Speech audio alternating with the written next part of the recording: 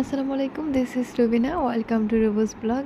রমজান শেষ হয়ে যাচ্ছে, বাট বাইরে এখনও একবার ইফতার করা হয়নি। সো চলে আসলাম প্রিয় মানুষগুলোর সাথে আগ্রাবাদ। উচ্চতর ভবনগুলোর মধ্যে একটাতে আগ্রাবাদে বেস্ট ওয়েস্টার্নে, যেখানে রুপটপ থেকে দেখা যাচ্ছে পুরো চট্টগ্রামটা, পোর্ট এরিয়াটা, কর্ণফুলী পুরো নদীটা পুরো সুন্দরভাবে দেখা যাচ্ছিলো। খুব মনোরম একটা পরিবেশ ছিল ওই দিন। ওয়েদারটা অ্যাকচুয়ালি অনেক একটা জোস একটা ওয়েদার ছিল, খুব ভালো লাগতেছিল।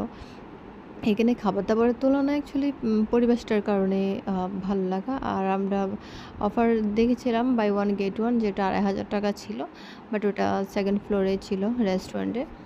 পরে আমরা ডিসাইড করলাম রুফটপে আমরা ইফতার করার জন্যই তো আসছি। সো এখানে আবার বাই ওয়ান গেট ওয়ান ছিল না, এখানে পার পারসন ৳১,৫০০ করে নিচ্ছিল। সো এখানেই পরিবেশটা অনেক ভালো। ছোট একটা স্পেস হলে, বাট মানুষ অনেকজন ছিল, প্রায় না হলে অনেকজন মানুষের। খাবার-দাবার তুলনায় এখানে পরিবেশটা অনেক ভালো ছিল। খাবার-দাবার বাস যেটা সচরাচর থাকে, খারাপ না, যদিও বা এটা রোজা রেখে এতগুলো খাবার খাওয়াও যায় না। এত বেশি ছিল না আইটেম। বিফ ছিল, মাটন, বিফ ছিল, চিকেন ছিল, তারপর চিকেন কাবাব ছিল, ফিশ ছিল, তারপর বেশ কয়েক রকমের ডেজার্ট ছিল, আর স্পেশালি হালিম ছিল যেহেতু রমজান। বাস এগুলাই। বাট এগুলোর তুলনায় হচ্ছে আমি পরিবেশটাকে, মানে ভিউটাকেও সবথেকে বেশি এনজয় করেছি। খাবারের সুস্বাদুও ছিল, ভালোই ছিল, বাট এতগুলা রমজান রোজাতে আর তো খাওয়া যায় না। ভালোই লাগছিল।